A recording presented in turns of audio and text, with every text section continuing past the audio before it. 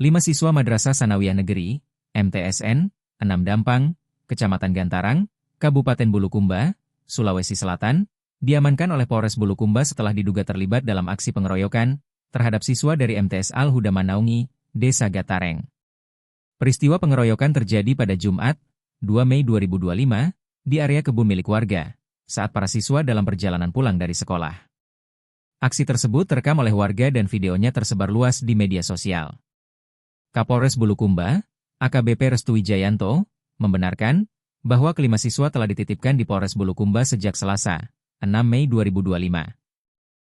Ia menegaskan bahwa proses hukum yang berlangsung tetap mengedepankan prinsip keadilan bagi anak, mengingat para pelaku dan korban masih di bawah umur.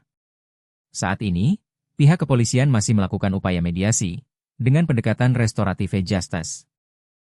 Baik, kami sampaikan di sini dari pihak kepolisian Polres Bulukumba telah menerima laporan dari warga masyarakat kita di sini adanya tindakan pengeroyokan yang dilakukan oleh beberapa siswa dan korbannya juga dari siswa. Mereka kurang lebih berumur 14 sampai 15 tahun.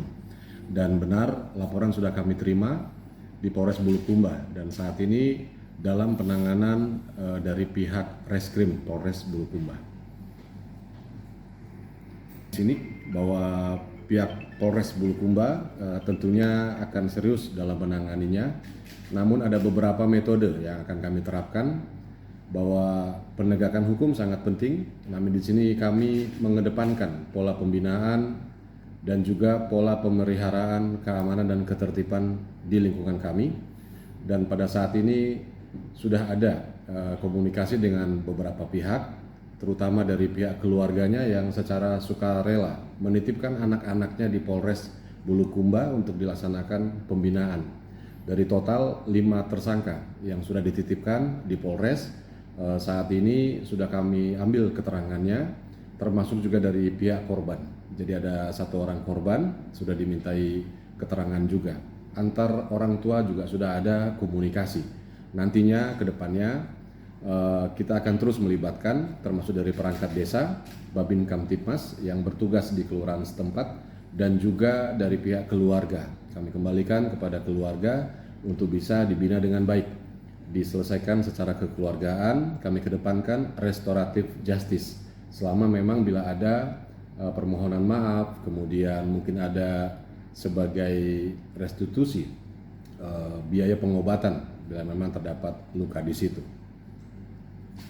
Nah, Pandu lagi yang mau pertanyaan apa yang kami dari Polri juga menghimbau kepada pihak sekolah, guru-guru yang bertanggung jawab di lingkungan sekolah dan juga jam sekolah untuk selalu mengawasi, memonitor anak-anak muridnya walaupun kejadian yang sudah viral ini terjadi di luar jam sekolah dan juga di luar lingkungan sekolah, namun tetap peran dari orang tua, keluarga dan juga para guru untuk terus mendidik dan membina anak-anak muridnya sehingga mereka tetap dapat memiliki masa depan yang cerah.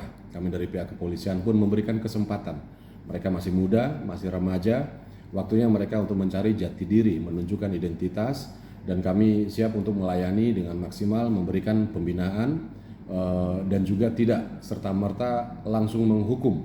Dalam artian menegakkan hukum melalui proses peradilan ini tentunya akan mengganggu psikologis dan pola perkembangan dari anak-anak tersebut.